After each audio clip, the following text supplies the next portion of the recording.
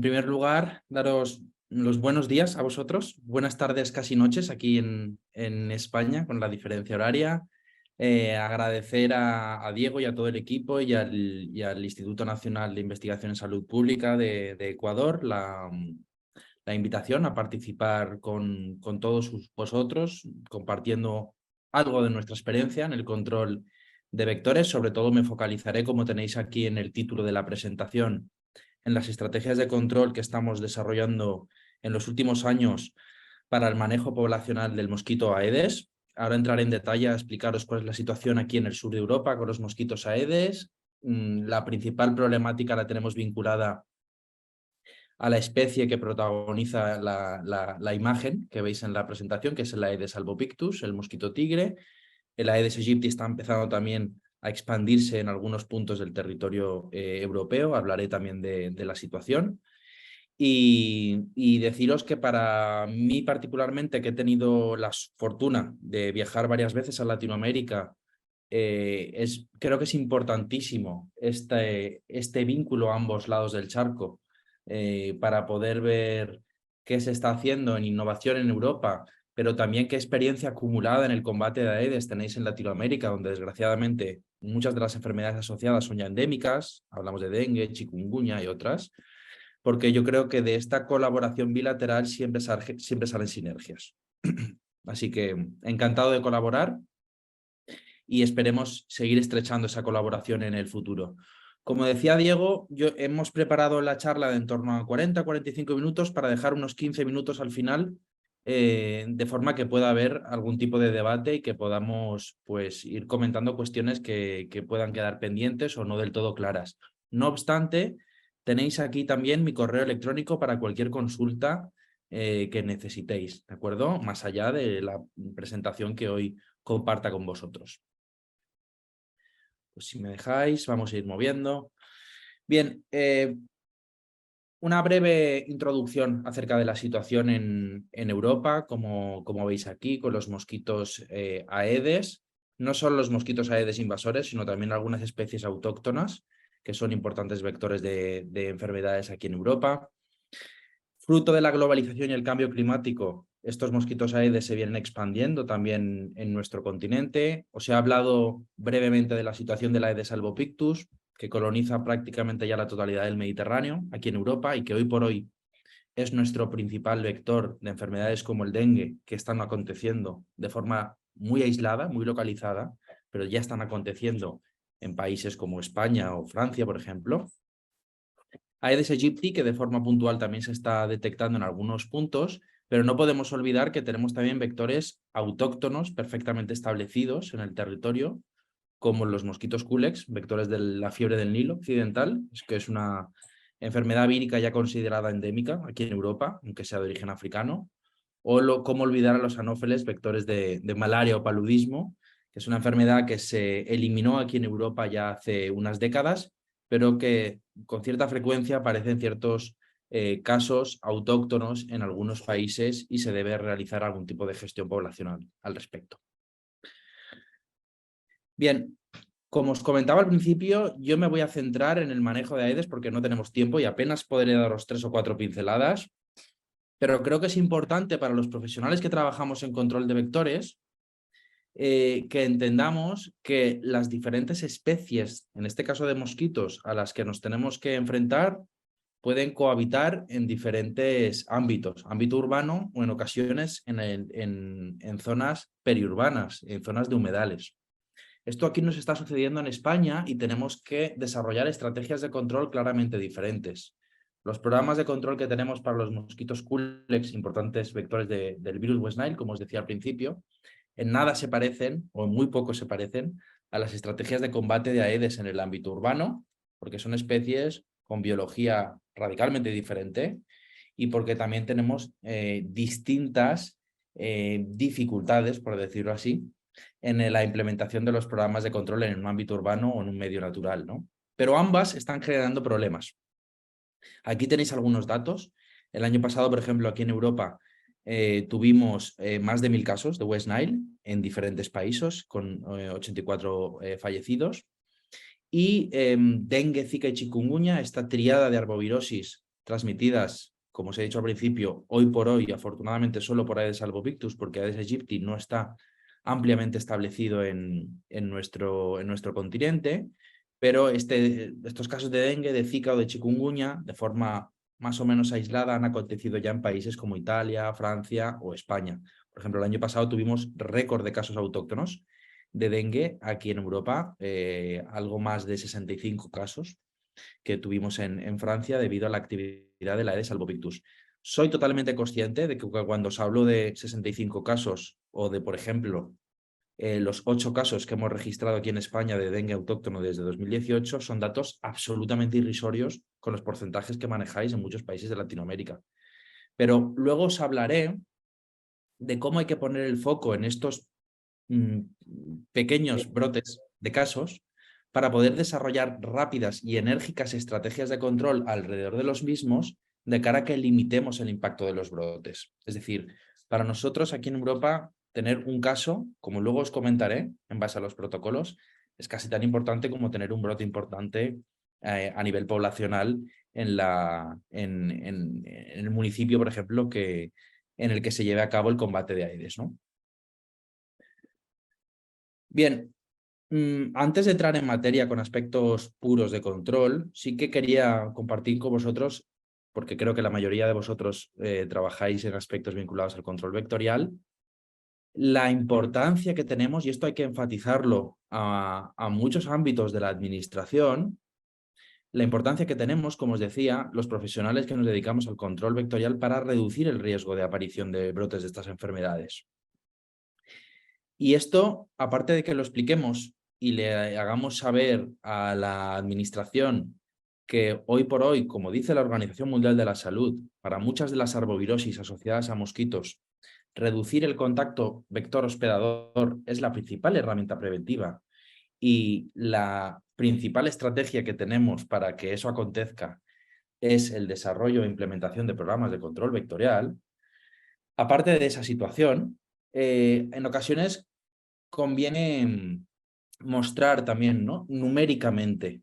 Hay que a veces matematizar todo, ponerle un valor numérico a la relevancia que tienen nuestras estrategias de control vectorial en la posibilidad de que aparezcan casos de estas enfermedades. Esto que veis aquí, que seguramente conoceréis, sobre todo aquellos que trabajéis en el ámbito de la epidemiología, es lo que se conoce como el número reproductivo básico, que sería el número de casos secundarios que una sola infección, un caso índice, por ejemplo de dengue, generaría en una población, podría generar en una población a partir de este caso índice, a través de diferentes variables que pueden acontecer y que pueden provocar que vayamos a una situación de brote, más de un caso, o hacia una situación de extinción.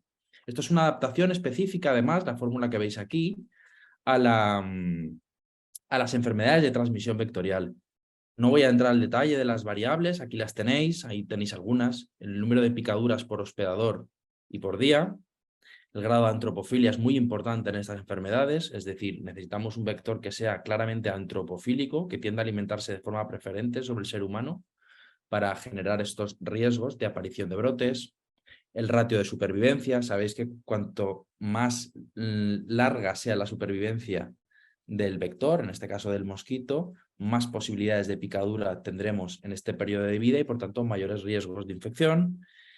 Cuántas de estas picaduras pueden ser infecciosas y la viremia del hospedador, que sabéis que es el tiempo en el cual el virus está presente en sangre periférica en suficiente cantidad como para infectar a los mosquitos, ¿no? Sin entrar en mayor detalle, luego si queréis lo comentamos. Lo que quiero resaltaros aquí es que en el caso, por ejemplo, de nuestro principal vector, de la Aedes albopictus, si os fijáis, el control vectorial va apareciendo como la única o principal herramienta de limitación de estas variables que nos pueden llevar a una situación de brote a partir de un caso índice. Si queremos reducir el número de picaduras por hospedador y por día, que esto va en función a la densidad de mosquitos que tenemos en el territorio, hoy por hoy el control vectorial es la principal herramienta. Para el caso de este vector, que es un vector exofílico, es un vector que pica fuera de las viviendas. Por tanto, aquí el uso de telas mosquiteras carece de sentido. La situación sería diferente con el Aedes aegypti que tenéis ahí establecido, porque Aedes aegypti sí que es un mosquito que puede ser intradomiciliario, puede ser endofílico y endofágico. Por tanto, la protección también de las viviendas contra las mosquiteras puede ser un elemento interesante. Aquí tampoco podemos contar con lo que tenéis ahí tachado, que es la zooprofilaxis. La zooprofilaxis, no sé si sabéis lo que es, se utiliza mucho para el combate, por ejemplo, se ha utilizado más en el pasado, pero todavía se emplea para el combate de la malaria en algunas zonas de África, que significa poner ciertas barreras de poblaciones animales, sobre todo ganado, alrededor de las zonas habitadas para desviar la acción hematofágica de los mosquitos anófeles, en este caso, y por tanto bajar la presión de picada que tenemos sobre la población humana.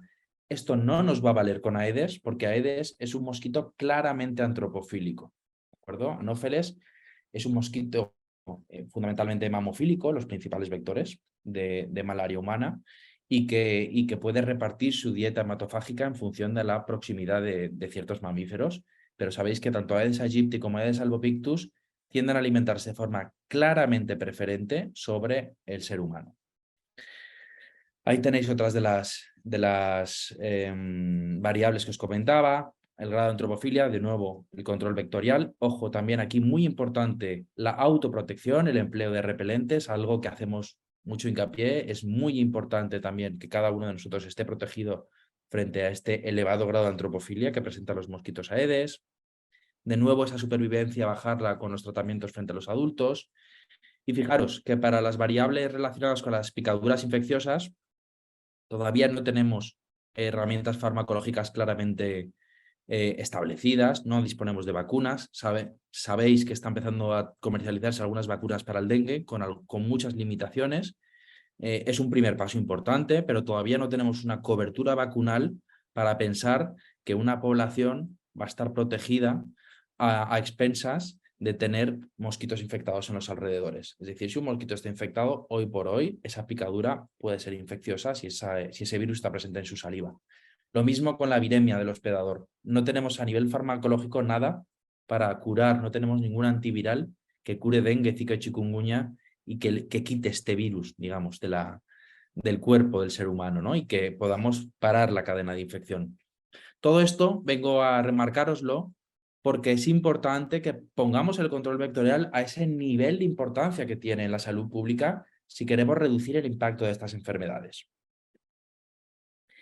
Al hilo de esta situación, yo os voy a comentar brevemente cómo trabajamos en algunas de las ciudades aquí en España en aspectos vinculados a los bloqueos entomológicos que realizamos frente a Aedes cuando detectamos casos, en este caso, en el caso de nuestro país, fundamentalmente son casos importados de dengue, de zika y de chikungunya. Es decir, gente, fundamentalmente turistas, que han viajado a zonas endémicas y que al volver de su viaje vienen infectados. Desde hace unos años, desde el 2004, que llegó el Aedes albopictus, el mosquito tigre, a nuestro territorio y empezó a expandirse, tenemos que hacer algo a nivel de intervenciones ambientales porque estas personas vienen infectadas pero encuentran por primera vez vectores competentes en el territorio. Por lo tanto, tenemos que reducir los riesgos de transmisión a través de estrategias de control de vectores, ¿no? Aquí tenéis uno de los ejemplos. Este es en la ciudad de Valencia, en España. Lo comparto con vosotros porque además este trabajo está publicado en la Revista Española de Salud Pública. Lo podéis consultar de forma libre en Internet, descargarlo en PDF. Y aquí explicamos los procedimientos que llevamos a cabo. Recordar que lo que queremos es identificar rápidamente a las personas que vienen en fase virémica, que vienen con el virus, dengue, zika, chikungunya, todavía pasando esa fase virémica a escala local en nuestra ciudad. Y alrededor del domicilio y también en ocasiones de otros lugares frecuentados por estas personas virémicas, realizar estrategias de control de vectores que ahora os comentaré de forma detallada. Bien, los que trabajáis en estas acciones de bloqueo entomológico, luego si queréis lo comentamos, sabéis que hay una estrategia básica si queremos ser exitosos. Hay que estar, en este caso, tremendamente coordinados. Nosotros, los entomólogos que nos dedicamos al control de los vectores, con los epidemiólogos que hacen el diagnóstico de la enfermedad. Porque si esta barra del sector sanitario, que son los epidemiólogos encargados de la comunicación de los casos, porque en España dengue, zika y chikungunya son enfermedades de declaración obligatoria. Una notificación rápida y precisa de los casos, quienes trabajamos en el control vectorial no podemos actuar de forma precisa en las áreas más vulnerables. Por tanto, es muy importante, dado que esta epidemia además es muy corta en el tiempo, no suele sobrepasar los 7, 8 o 9 días, es muy importante que esa información fluya de forma rápida frente a los profesionales que realizamos las estrategias de control de vectores.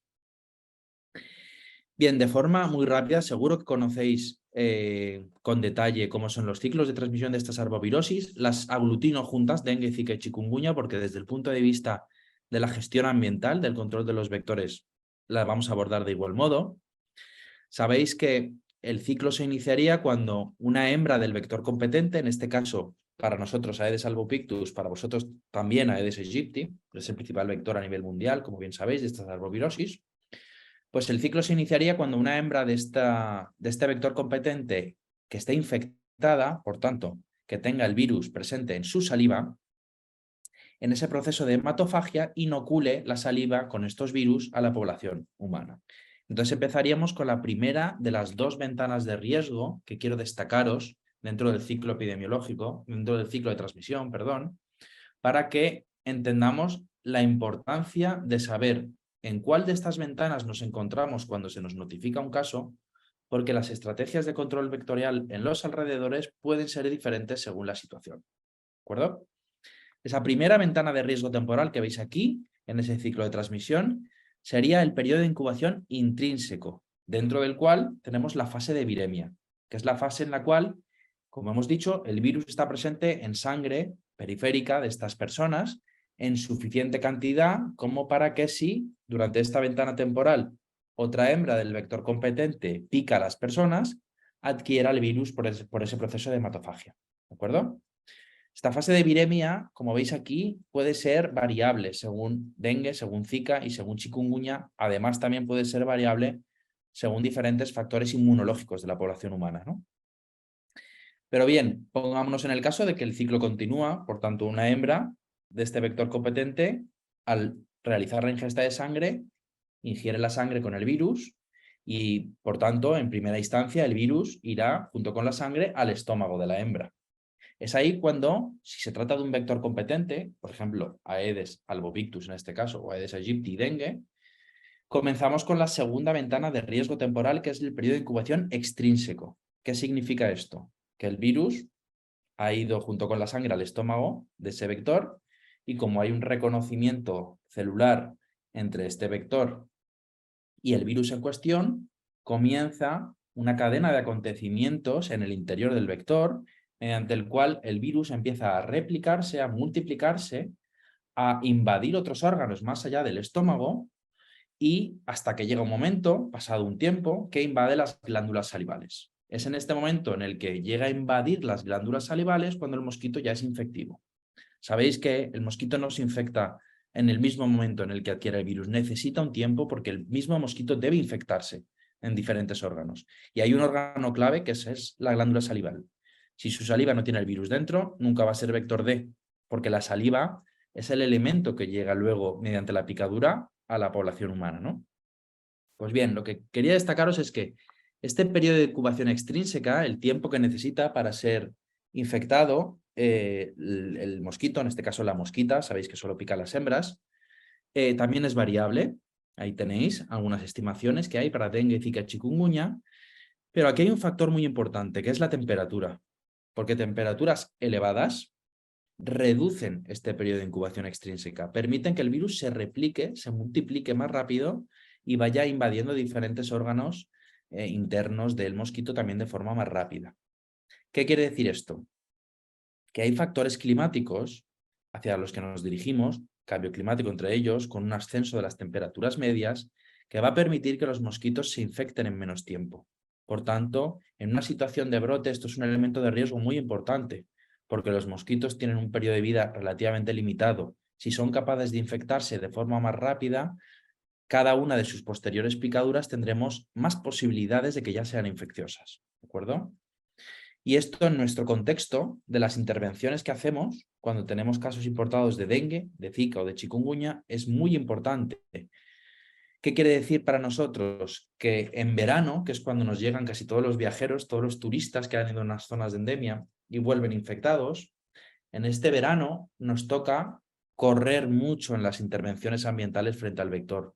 No solo porque en verano tenemos más mosquitos, sino porque en verano, debido a las altas temperaturas, esos mosquitos pueden ser infectivos en menos tiempo. Por tanto, se juntan ambos factores de riesgo para que haya, digamos, una coctelera de elementos que nos permitan tener casos secundarios de estas enfermedades, ¿no? Otro elemento que creo que es importante que tengamos en cuenta los profesionales que hacemos estos bloqueos entomológicos, aparte de entender las líneas generales del ciclo, es que tenemos que saber que existe la posibilidad de transmisión vertical o transovárica del virus. Es decir, estas hembras infectadas con el virus del dengue pueden pasar el virus también a su progenie, por tanto pueden pasar a los huevos, de esos huevos saldrán las larvas ya infectadas y de esas larvas podrá salir cierto porcentaje de hembras que podrán diseminar directamente el virus en población humana sin haber tenido contacto previa con población humana portadora. ¿De acuerdo? Esto, en según qué situaciones epidemiológicas, nos puede complicar mucho la gestión de los brotes. De hecho, se piensa que en zonas endémicas es el principal mecanismo que tiene el dengue, por ejemplo, para sobrevivir en los periodos interbrote, en los periodos de sequía, donde los huevos de Aedes pueden aguantar varios meses en desecación y cierto porcentaje de ellos pueden estar infectados, de manera que de repente tenemos otro rebrote de dengue cuando empieza el periodo de lluvias, fruto de la herencia del periodo anterior por las últimas hembras infectadas que dejaron el virus a su siguiente generación, ¿no? Luego, si queréis, lo comentamos con detalle. Bien, aquí tenéis un esquema de la metodología que empleamos cuando recibimos alguno de estos casos importados de dengue, de zika o de chikungunya en nuestras ciudades. Mirad, esto que veis aquí de acciones de respuesta a nivel 2 se debe a que existe un plan nacional aquí en España, muy similar en los diferentes países de la Europa mediterránea, normalmente con 5 niveles de riesgo en función de la situación epidemiológica de dengue, zika y chikungunya. Este nivel 2 que veis aquí es la situación más habitual que tenemos, que se caracteriza por gente que viene infectada con dengue, con zika y con chikungunya, que pasa la viremia en una de las ciudades de nuestro país y la pasa en un momento en el que hay actividad del vector en los alrededores. Aquí, en la mayoría de ciudades, el vector suele estar activo entre los meses de marzo, abril, hasta noviembre. En algunos sitios del sur de España, que son más cálidos, está activo prácticamente todo el año. Pero si se da esta situación de que las personas vienen infectadas y hay presencia del vector, esto es un nivel 2 y se activa un mecanismo de intervención que tenéis aquí resumido. El nivel 3 sería, por ejemplo, que este caso ya no fuera solo importado, sino que tuviéramos al menos un caso de sospecha de haber sido autóctono, como hemos tenido ya en algunas situaciones también en nuestro país. Pues bien, como veis aquí, lo primero que hacemos ante la identificación de un caso importado es determinar un perímetro de intervención con un buffer de unos 150, últimamente estamos trabajando con 200 metros, alrededor del domicilio del paciente. ¿Por qué 200 metros? Porque este es el rango habitual que tiene de vuelo en el ámbito urbano Aedes albopictus. Sabéis que Aedes albopictus y Aedes aegypti son mosquitos que tienen un rango de vuelo relativamente bajo en el ámbito urbano. A diferencia del mosquito Culex, el Anófeles u otros Aedes no urbanos que pueden desplazarse incluso más de 1 kilómetro desde sus criaderos.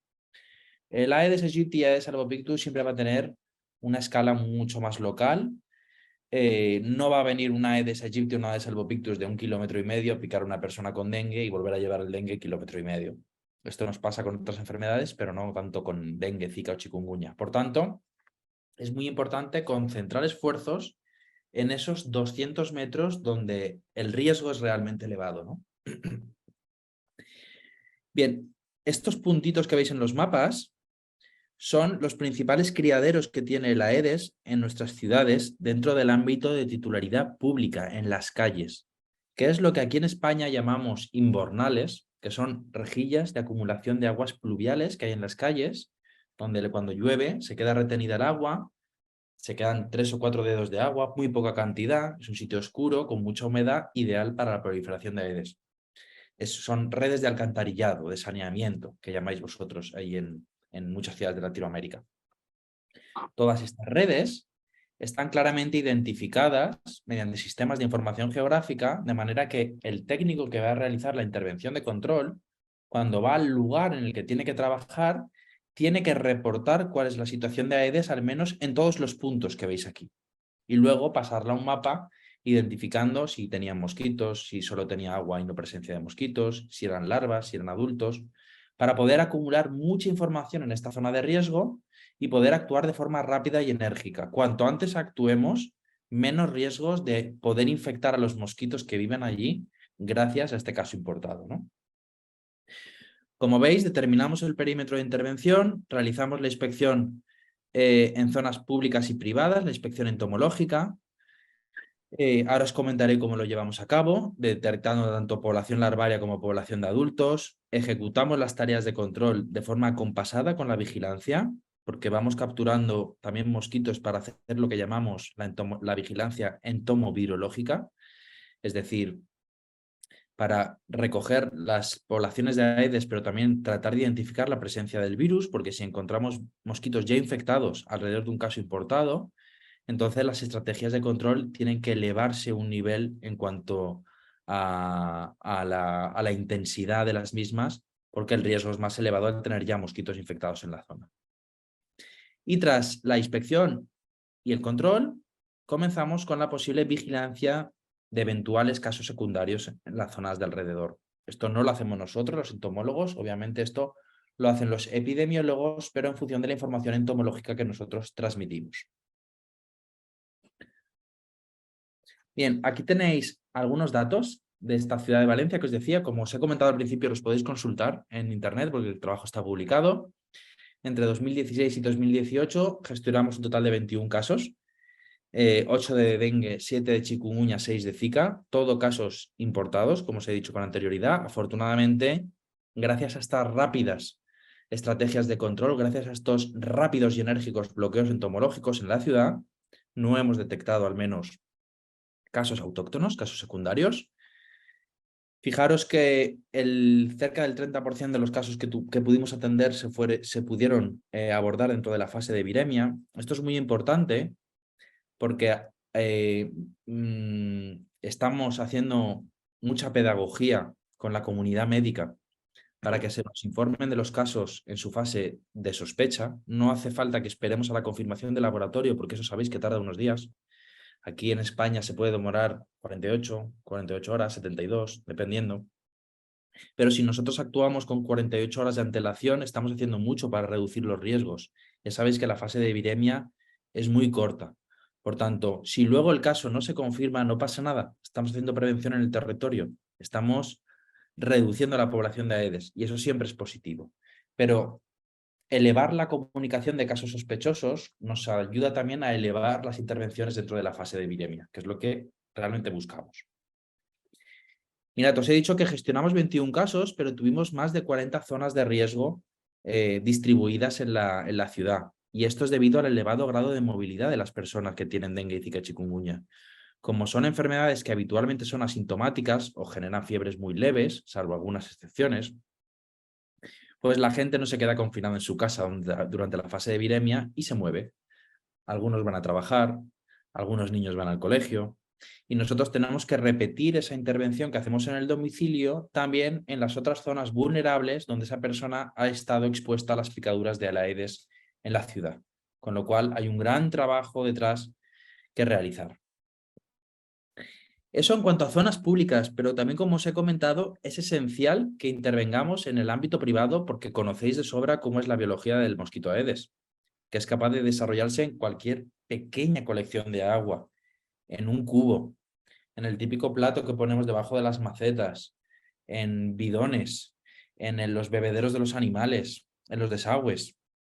Y en el ámbito privado y en el ámbito doméstico, sobre todo en zonas ajardinadas, pues tenemos gran cantidad de estos criaderos. Fijaros, durante este estudio, el 24% de los casos que inspeccionamos tuvieron inspecciones positivas a la presencia de Aedes albopictus en el ámbito privado, que es mucho, 1 de cada 4. Es decir, si solo intervenimos en las zonas públicas y no analizamos qué está sucediendo en el ámbito privado, especialmente donde reside esa persona virémica, no estamos haciendo una evaluación completa de riesgos de transmisión. Tenemos que introducirnos en el ámbito privado. Lo que nosotros hacemos, aparte de la destrucción mecánica de esos focos y de la aplicación puntual de larvicidas o adulticidas, según la casuística, como veis aquí siempre dejamos algunas trampas de captura de Aedes. Y estas trampas las revisamos a las 48 horas para tratar de identificar la presencia del virus. Aquí lo veis.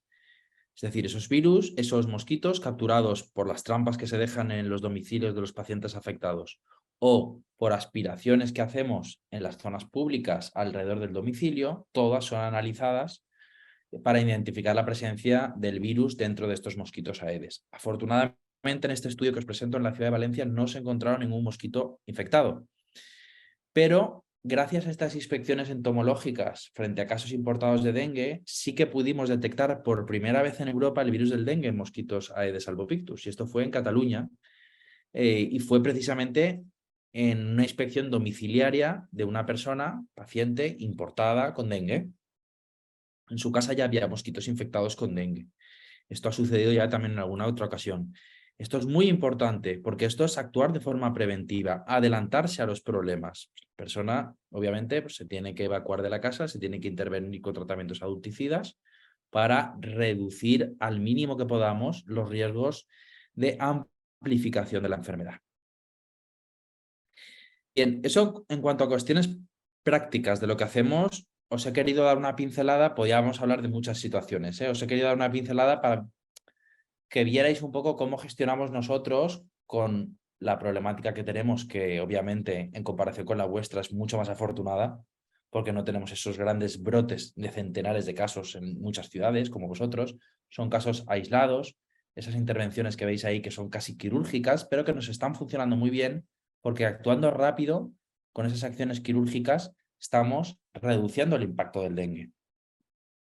Pero más allá de esto, la innovación en la vigilancia y el control de los mosquitos no puede parar. Esto que os presento aquí es en lo que venimos trabajando. Hay diferentes publicaciones también científicas que podéis consultar y este año ya estamos empezando a implementarlo en algunos programas de vigilancia en diferentes territorios, aquí en España, por ejemplo. Esto que veis ahí es un sensor que nos da información a tiempo real de la presencia de mosquitos en las trampas que utilizamos en la ciudad. Con independencia de que luego, obviamente, un entomólogo va a ir a revisar el material. Pero a tiempo real, en nuestro móvil, en nuestra computadora, podemos analizar la presencia de mosquitos gracias a este sensor. Este sensor actualmente nos permite, con un nivel de eficacia por encima del 95%, no solo contar mosquitos, sino también identificarlos entre Aedes aegypti, Aedes albopictus y Culex pipiens, los tres principales especies de mosquitos urbanos que tenemos y que pueden generar problemas, Culex pipiens o Culex quinquefasciatus en vuestro caso, y además decirnos si son machos o hembras, ¿de acuerdo? Con un nivel de eficacia muy alto. Esto se hace porque los sensores miden diferentes patrones en la frecuencia de aleteo de estas especies y sexos. ¿Para qué es interesante esto? Obviamente, como os podéis imaginar, las aplicaciones son múltiples. Aquí os pongo solamente algunas de ellas. Es muy interesante para evaluar de forma remota la eficacia de los tratamientos. Fijaros, dejamos esta trampa con el sensor, por ejemplo, en el domicilio de una persona con dengue donde hemos hecho el bloqueo y tenemos que ver la reducción de Aedes. Y la reducción de Aedes en el domicilio de personas infectadas con dengue es un sistema muy importante para ver que la prevención está funcionando, porque hay menos mosquitos en los alrededores que se pueden ver infectados, ¿no? por esos procesos de picadura sobre pacientes con dengue. También para mejorar los programas de vigilancia entomológica en puntos de entrada. Sabéis que en función del Reglamento Sanitario Internacional es obligatorio que los países alineados lleven a cabo programas de vigilancia de mosquitos invasores en puertos y aeropuertos, por ejemplo, como hacemos aquí en España y en muchos países de Europa. Disponer de estas trampas que nos identifiquen, por ejemplo, el Aedes aegypti, que todavía no está establecido aquí en España, de forma rápida y ágil, mediante, pues, como os decía, un aviso que te permita dirigirte a intentar colectar ese material porque hay un posible riesgo de que sea un Aedes aegypti, es un elemento importantísimo para mejorar estos programas de vigilancia y optimizar las respuestas. También para actuar como sistemas de alerta temprana ante episodios de transmisión de enfermedades, capturar elevados ejemplares de ciertos vectores en según qué situaciones epidemiológicas para desencadenar al día siguiente, por ejemplo, una respuesta de control y reducción poblacional, además de muchas otras utilidades que seguro que pasarán por vuestra cabeza como pasan por la nuestra y que luego, si queréis, discutimos. Os he hablado mucho de Aedes albopictus. Nos preocupa también la situación de Aedes aegypti. Como os he comentado, todavía no lo tenemos o no lo hemos detectado aquí en la península ibérica, en España, pero en otra parte de España que es insular, en este caso en Canarias, que nos preocupa especialmente porque las condiciones climáticas de Canarias favorecerían en gran medida el asentamiento de Aedes aegypti, pues en algunas islas de este archipiélago ya se ha detectado la Aedes aegypti en diferentes ocasiones y en diferentes islas. Afortunadamente existe allí un programa de vigilancia muy exhaustivo por colegas muy preparados y hasta ahora las detecciones tempranas que se han llevado a cabo y las rápidas intervenciones de control han permitido limitar el establecimiento del vector en las islas, lo cual es muy importante, fundamentalmente a nivel de salud, que es lo que más nos preocupa, pero os podéis imaginar el impacto que tiene en otros motores de actividad económica importantísimos para la zona, como por ejemplo el turismo. Por tanto, vigilar de forma temprana la presencia de algunos de estos vectores es muy importante para ejecutar de forma rápida y efectiva intervenciones de control. Miramos de reojo, como os decía al principio, qué sucede en otros territorios donde la Aedes aegypti y el Aedes albopictus cohabitan. Y seguro que entre los más de 130 participantes que veo que están ahora conectados, hay personas de países en las que ambas especies están cohabitando y están acostumbrados al manejo de ambas, ¿no? Sabéis, o lo más habitualmente descrito, es que cuando esta situación de cohabitancia existe, el patrón más habitual es que Aedes aegypti sea la especie predominante en el ámbito intradomiciliario, en un contacto mucho más estrecho con el ser humano, mientras que Aedes albopictus suele ser más prevalente en zonas más peridomiciliarias, también picando al ser humano si está presente, pero pudiendo desviar su acción hematofágica también frente a otros mamíferos. Esta es la situación más habitual porque además Aedes aegypti es intradomiciliario, Aedes albopictus suele picar en exteriores. Esto, como siempre, sabéis que en biología el 100% de los patrones de comportamiento no existen y siempre hay variaciones influenciadas por diferentes razones, pero esta es la situación más habitual. No obstante, os tengo que decir que esto sucede en algunos sitios de cohabitancia también por cómo es el ecosistema, el biotopo que allí acontece. Y aquí en el Mediterráneo tenemos bastante claro que si ambas especies coexisten, va a haber una pelea en el ámbito plenamente urbano entre ellas por establecerse, porque Aedes albopictus va a ser difícil que fuera del ámbito urbano encuentre lugares adecuados para proliferar. Es decir, nuestros espacios naturales, los ámbitos que para vosotros, algunos de vosotros pueden ser selváticos, aquí los bosques mediterráneos son tremendamente áridos, no va a encontrar buen sitio en el medio natural para establecerse en grandes cantidades. Son mosquitos eminentemente urbanos, como ya se está observando también en algunos lugares del sur de Estados Unidos, sabéis que ambas especies cohabitan, y por tanto habrá que estar muy atentos a esta situación que se puede dar en el futuro. Bien, más allá de las estrategias de lucha convencional, como veis aquí, y como también tenéis amplia experiencia, la educación es clave. Si no educamos a la ciudadanía, especialmente a las nuevas generaciones, a través de proyectos educativos en centros escolares, poco vamos a poder hacer a medio o largo plazo en el combate de Aedes. Necesitamos incorporar a esa ciudadanía, que sean aliados estratégicos esenciales en estos temas de salud, porque como hemos visto, la problemática de Aedes en los ámbitos privados, en los ámbitos domésticos, en ocasiones incluso supera la que encontramos en el ámbito público. Y nosotros, los que trabajamos, por ejemplo, como es mi caso, para las administraciones públicas, para los ayuntamientos, gobiernos locales, gobiernos regionales, no siempre podemos acceder al ámbito privado, ¿no?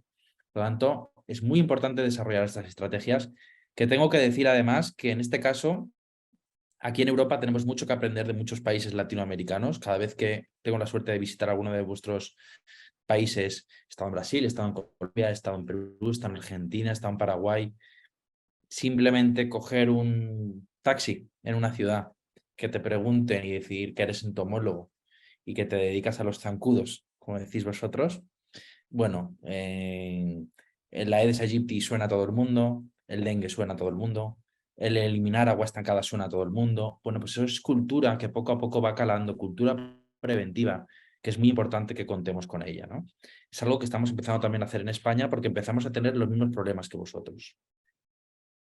Bien, paso rápido ya a aspectos más relacionados con el control, por daros algunos tips, algunos consejos muy rápidos. Sabéis que los mosquitos, como presentan una fase acuática y una fase de vida libre, que es la fase aérea, podemos desarrollar estrategias de control larvicidas o adulticidas, pero en el empleo de esos insecticidas, larvicidas y adulticidas tenemos que tener en cuenta algunas cuestiones técnicas básicas.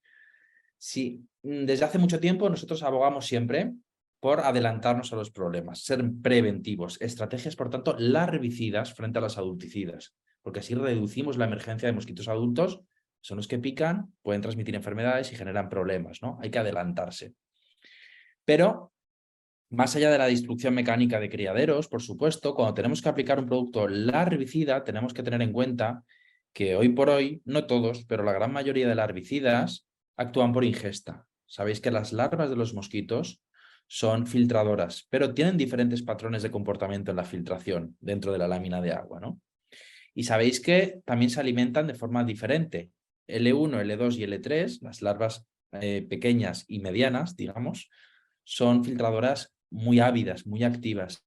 La L4 llega un momento que deja de filtrar y las pupas son áfagas. Por tanto, si aplicamos un larvicida que actúa por ingesta en un criadero con 100 pupas, mañana tendremos 100 mosquitos adultos. ¿De acuerdo? Hay que cambiar la estrategia de control larvicida a un producto, por ejemplo, que ahora estamos utilizando mucho cuando tenemos esa situación de muchas pupas, que en lugar de actuar por ingesta, actúa por asfixia. Crea una lámina superficial en el agua que impide que los mosquitos puedan acudir a la superficie a respirar, por tanto acaba tanto con larvas como con pupas, ¿no? Esto, si queréis, luego lo comentamos con mayor detenimiento. Igual que os he hablado de los larvicidas, también tenemos que tecnificar mucho más, y seguro que los que trabajáis en control de vectores haciendo aplicaciones a ultrabajo volumen, termonebulizaciones y demás, me entendéis perfectamente. Hay que tecnificar mucho más estas intervenciones adulticidas. Podemos diferenciar a grandes rasgos entre dos tipos de intervenciones adulticidas que serían residuales o volumétricos, en función de lo que queramos sea aplicar de forma residual, de forma muy localizada sobre una superficie de refugio, de reposo de mosquitos, ese insecticida, que actuará por contacto frente a los mosquitos adultos, o por contra, lo que queramos ya no sea una aplicación focalizada, residual, localizada, sino volumétrica, ocupando un amplio espacio donde los mosquitos pueden estar refugiados en zonas de vegetación muy amplias y por tanto tenemos que aplicar con microgotas en suspensión para poder profundizar y contactar con la superficie corporal de los mosquitos, ¿no? Por lo tanto, como veis ahí, controlar de forma adecuada el tamaño de gota es esencial para tener éxito, ¿no? Y esto es importante desde el punto de vista de la calibración de nuestros equipos. Las maquinarias, esto no se trata coger un tanque, mezclar el insecticida a la dosis que nos marcan, encender el motor y empezar a tirar sin ton ni son. Hay que saber dónde, ahora como veréis cuándo, y calibrar la maquinaria. Los que trabajamos en control de vectores, por el tamaño corporal de los mosquitos, trabajamos casi siempre al trabajo volumen, entre 5 y 20 micras. ¿De acuerdo? ¿Por qué?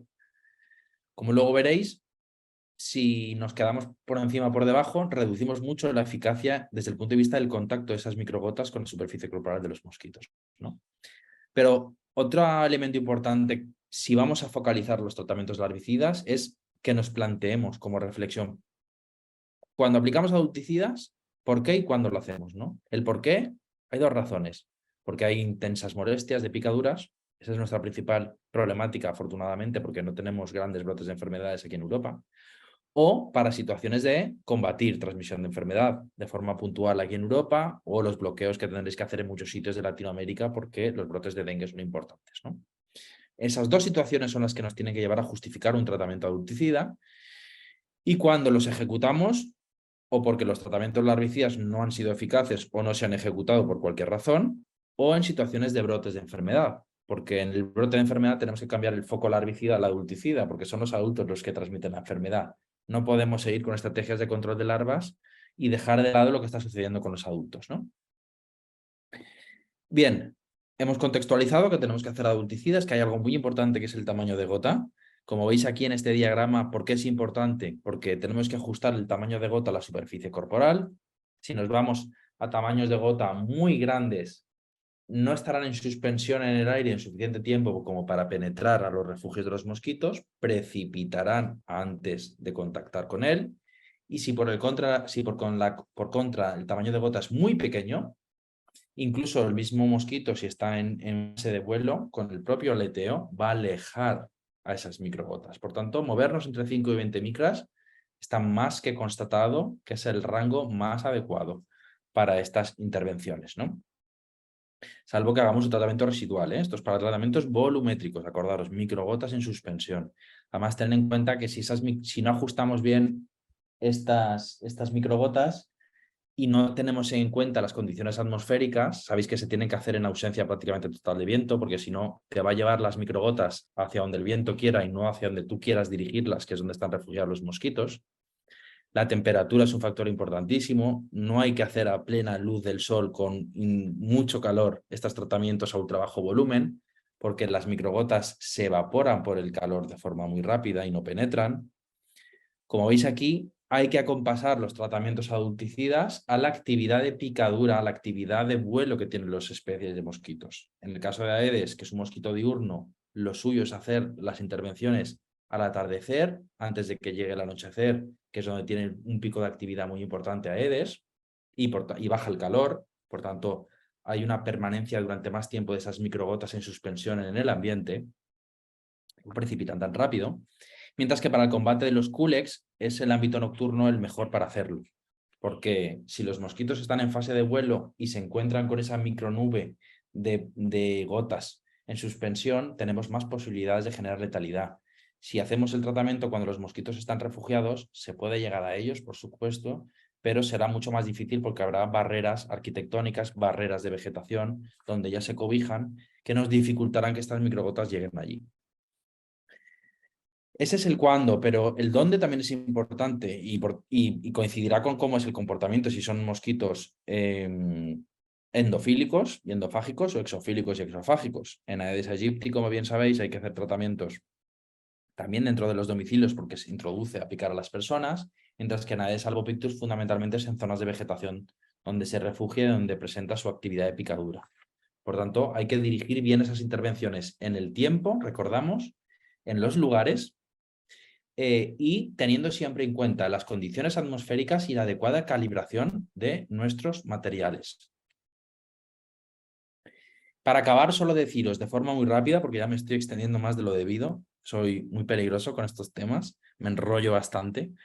Voy a pasar de forma muy rápida para deciros que lo que actualmente más nos ocupa y nos preocupa es detectar y poder implementar nuevas estrategias de control, sobre todo para el tema de Aedes, porque como hemos visto con anterioridad, no llegamos a, en ocasiones, la mayor problemática que tenemos en el ámbito doméstico y privado con Aedes. Por tanto, estamos desarrollando diferentes estrategias de control que, aunque las apliquemos desde el ámbito de titularidad pública, desde los gobiernos, podamos tener cierta incidencia en lo que pasa en el ámbito privado, ¿no? Ahí tenéis las estrategias actuales en este diagrama, arriba, y las alternativas, el futuro. Separado en control de inmaduros y control de adultos, control de larvas o control de adultos, ¿no? En el control larvario se está trabajando en nuevos larvicidas, pero no es el punto clave, porque tenemos larvicidas que son efectivos. El problema es que no llegamos a los criaderos.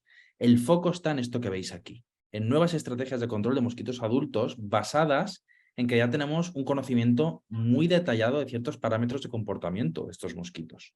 Por ejemplo, sabemos muy bien cómo son los procesos de apareamiento de mosquitos. Habréis oído hablar del empleo de Wolbachia, del empleo de mosquitos estériles por irradiación, del empleo de mosquitos modificados genéticamente, que mediante esos procesos de apareamiento generamos una reducción poblacional de mosquitos a medio plazo. Sabéis que solo las hembras son hematófagas, pero tanto machos como hembras también son fitófagos, se alimentan de fluidos vegetales. Quizá os suenen los cebos tóxicos azucarados, algo que la industria del control de vectores está empezando a desarrollar. Igual que tenemos otros cebos para otras plagas, para cucarachas, para roedores, para hormigas, el reto es tener un cebo suficientemente atractivo para insectos hematófagos. Se está trabajando en ello, luego puedo comentar. Las estrategias de autodiseminación de insecticidas a través de diferentes herramientas. Y por tanto, como veis, una batería de estrategias que en un futuro cercano las estamos de momento testando de forma preliminar. Wolbachia, por ejemplo, autodiseminación de insecticidas, también aquí en Europa tenemos ya cierta experiencia, pero necesitamos ir acumulando cada vez más evidencias de la eficacia, ¿no? Esto lo voy a pasar muy rápido, os puedo compartir la presentación o me podéis escribir un correo, lo podemos hablar. No tengo tiempo para ir al detalle, simplemente 4 pinceladas de la técnica del insecto estéril. Como os decía ya, las primeras evidencias. Aquí irradiamos a los mosquitos machos de Aedes, Albopictus aegypti, y los soltamos de forma masiva y estos mosquitos machos irradiados, por tanto esterilizados, se aparearán con las hembras y la descendencia no será fértil, ¿de acuerdo? Esos huevos no eclosionarán. Algo similar estamos haciendo con Wolbachia en el contexto de aquí Europa, sobre todo cuando lo que queremos hacer es lo que llamamos una supresión poblacional, es decir, liberar machos de Aedes con una Wolbachia diferente a la que tienen las hembras salvajes. Y en ese proceso de cruce hay un proceso que llamamos de incompatibilidad citoplasmática por el cual esos huevos no prosperan. En Latinoamérica, en Latinoamérica y en Asia, y sobre todo Latinoamérica y Asia, los grandes proyectos piloto a escala grande que se están desarrollando con Wolbachia no tienen en cuenta la supresión poblacional, sino el reemplazo poblacional. El objetivo no es tener menos mosquitos, sino tener mosquitos menos eficientes en la transmisión de arbovirosis, ¿no? Que sería ese reemplazo poblacional debido a que reducimos la competencia vectorial. Ahí liberamos machos y hembras infectados con una Wolbachia que les hace ser refractarios a la infección por dengue, zika, chikungunya. Son simplemente que sepáis que hay 2 maneras diferentes de utilizar la Wolbachia, ¿no? Estas estrategias de autodiseminación que os he dicho antes, tener estaciones con insecticidas impregnados, que son, como veis ahí, como trampas de oviposición. La hembra del mosquito, cuando sabéis que Aedes va poniendo los huevos en las paredes, se va impregnando del insecticida y sabéis también que Aedes tiende a repartir los huevos en diferentes criaderos. En cada proceso de reparto de huevos irá contaminando diferentes criaderos. Una estrategia tremendamente útil y hay algunas trampas que se comercializan con diferentes insecticidas. Piriproxifen es uno de los más utilizados, también en combinación con algunos hongos como Beauveria y demás. Luego, si queréis, os puedo ir comentando. Los cebos tóxicos azucarados que os decía al principio. Aquí la clave es tener una matriz alimenticia suficientemente atrayente para que los mosquitos succionen la misma, porque prácticamente, ahí no lo veis porque se ve muy pequeño, pero se han hecho estudios con diferentes materias activas y todas generan letalidad, porque una vez entras por la ruta oral, es muy fácil generar letalidad en un insecto. La clave, como os digo, es desarrollar una matriz alimenticia que permita que los mosquitos no solo se alimenten de forma ávida de la misma, sino que no detecten el insecticida que está enmascarado en esa matriz, ¿no? En ese cebo. Y nada más. He intentado ajustarme en el tiempo, son las 8. Si queréis podemos dejar unos 10 minutos para preguntas, para cualquier duda o inquietud que tengáis. Y nada, muchas gracias por vuestra atención y estoy atento a cualquier pregunta que tengáis.